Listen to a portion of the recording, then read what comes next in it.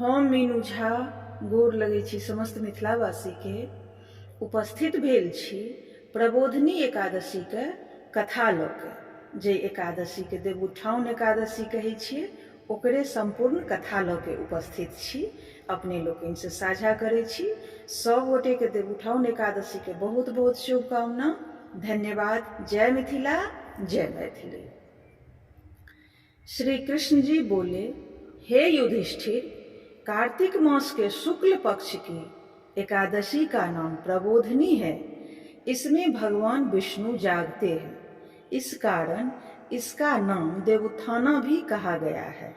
इसके महात्म्य की कथा ब्रह्मा जी ने नारद ऋषि से कही थी, जिसके हृदय में प्रबोधिनी एकादशी का व्रत करने की इच्छा उत्पन्न होती है, उसके 100 जन्म के पाप भस्म हो जाते हैं, और जो व्रत को विधि पूर्वक करता है उसके अनंत जन्म के पाप नष्ट हो जाते हैं। भगवान की प्रसन्नता का मुख्य साधन है प्रबोधिनी एकादशी के व्रत।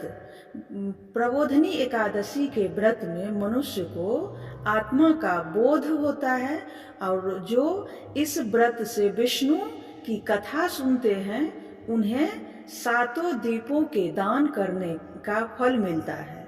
जो कथावाचक की पूजा करते हैं वह उत्तम लोगों को प्राप्त करते हैं।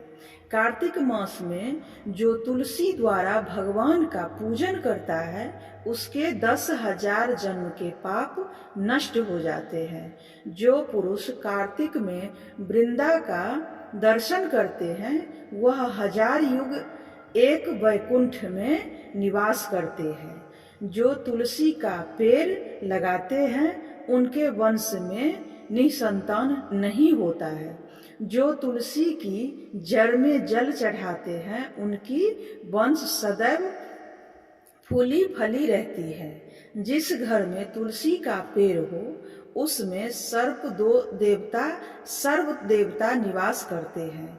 यमराज के दूत वहां स्वप्न में भी नहीं विचरते। जो पुरुष तुलसी वृक्ष के पास श्रद्धा से दीप जलाते हैं उनके हृदय में दिव्य चक्षु का प्रकाश होता है।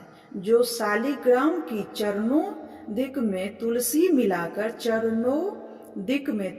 मिलाकर पीते हैं उनके निकट अकाल मृत्यु नहीं आती, सर्व व्याधियां नष्ट हो जाती हैं, पुनर्जन्म को वह नहीं प्राप्त होता। ऐसी पतित पावनी तुलसी का पूजन इस मंत्र से करना चाहिए।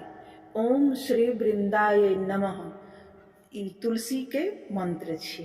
ओम श्री वृंदाय नमः। जो चतुर्मास या एकादशी में मौन धारण करे उसे स्वर्ण सहित तिल का दान करना चाहिए। कार्तिक मास या चतुर्मास में नमक का त्याग करते हैं उन्हें शक्कर दान करना चाहिए। कार्तिक शुक्ल एकादशी में पुण्य तक देव स्थानों में दीपक जलाने से महापुण्य है। बुद्धिमान पुरुष सारा कार्तिक को यही नदी तट इत्यादि पूज्य स्थानों में दीपक जलाते हैं। प्रबोधिनी एकादशी महात्म्य सुनने से अनेक गौदान करने का फल मिलता है।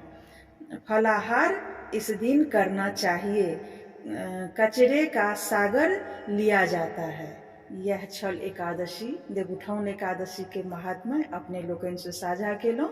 धन्यवाद। जय मिथिला, जय मैथिली।